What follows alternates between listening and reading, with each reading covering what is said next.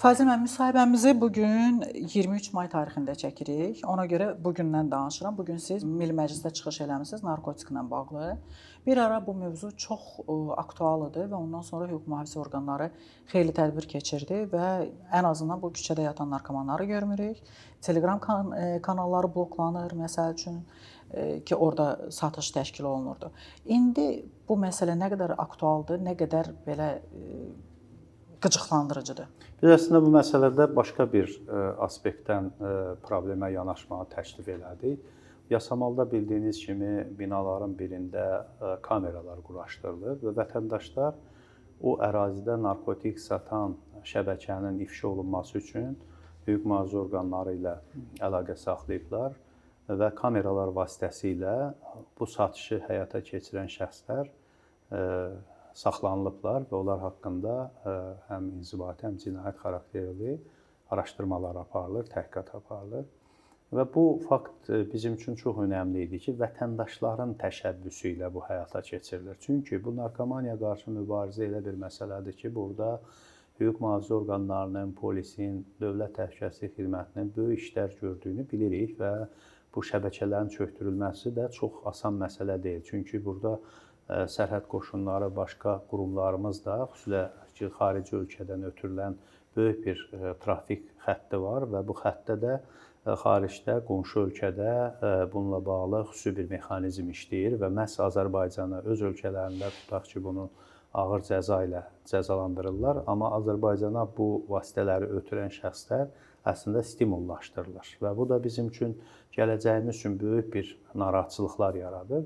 Və belə bir vəziyyətdə bunu yalnız polisin, xüsusi xidmət orqanlarının funksiyası kimi baxmağın doğru olmadığına diqqətə çatdırdıq. Milli Məclisdə çıxışda da onu qeyd elədik ki, vətəndaşları stimullaşdırmaq lazımdır. Vətəndaş neynəsin və yaxud da ki, onu necə stimullaşdırır? Hər bir vətəndaş bilir ki, onun məhəlləsində hansısa bir təzahürlər var və bununla bağlı mütləq müəyyən qurumlarla əlaqə saxlayıb, bu barədə bilgilər çatdırılmalıdır. Çünki bu təbii ki, elə olmalıdır, amma elə bir insana el arasında nə deyirlər? Yəni vətəndaşlar başa arasında düşdüm, elə bir amma söz deyirlər ki, onu heç belədir kim də. eləməz. Bunu əgər bu gün bildirməsinizsə, öz övladın bu problemin içinə qalacaqdır və bu öz övladın artıq səni məcbur eləyəcək ki, sən bu problem haqqında düşünəsən. Çünki problem evinin içinə girəcək. Evin içinə girəcəkdir. Bu elə məsələdir ki, bu ictimai məsələdir. Burada kimisə konkret olaraq satmaqdan, belə yaxşı da işverənlikdən ya başqa şeydən söhbət getmir. Burada bir milli faciənin qarşısını almaq üçün fəaliyyətdən gedir. Elə bir ki, bir ölkəyə bir diversant qrupu gəlir. Kənddə hamı deyir ki, mən bunu xəbər versəm yaxşı olmaz. Bu düşməndir axı. Bunun diversant qrupu səhəb suyu zəhərləyəcək, gəlib insanların hansınasa xəsarət yetirəcək, kimisi öldürəcək, oğurlayacaq.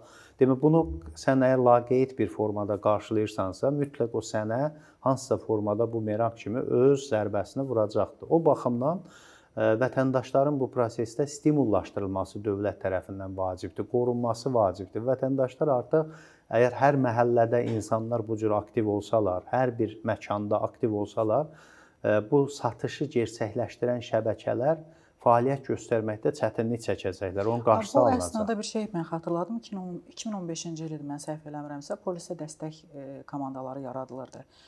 Onların da bu işdə fəaliyyəti ola bilərmi və ümumiyyətlə onların fəaliyyəti indi hansı səviyyədədir? Əlbəttə, elə onların əslində bu sahədə fəaliyyəti daha önəmlidir. Burada həm də biz narkotik istifadəçilərinin onsuz da çox az miqdarda olanda onları həbs eləmirlər, müalicəyə göndərirlər.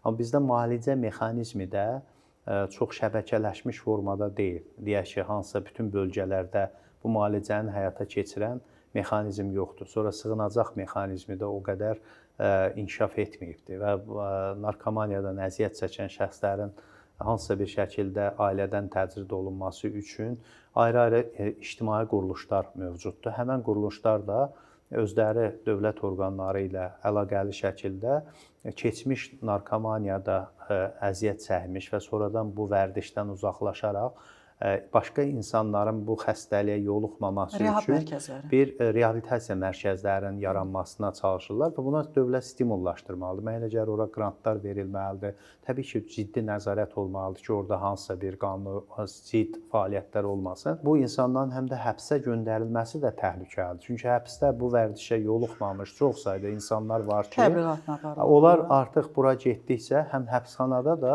bəlkə də sağ-salamat oradan normal islah olunmuş şəkildə çıxacaq insanı da yoluxdurub onu da bədbəxt eləyirlər. Ona görə bizim əsas problem daha çox satışla məşğul olanlardır. Bu satışla məşğul olanlara amansız və onlara bir güzəştsiz bir yanaşma tətbiq olunmalıdır. Biz indi bunu xüsusilə də xaricdən bu ötürən mexanizmin qarşısını almaq üçün böyük tədbirlər görülür, işlər görülür. Amma burada vətəndaşın rolu önəmli. Diqqət eləsəz, burada ən çox da qadınları, işsiz qadınları bu prosesə cəlb eləyirlər.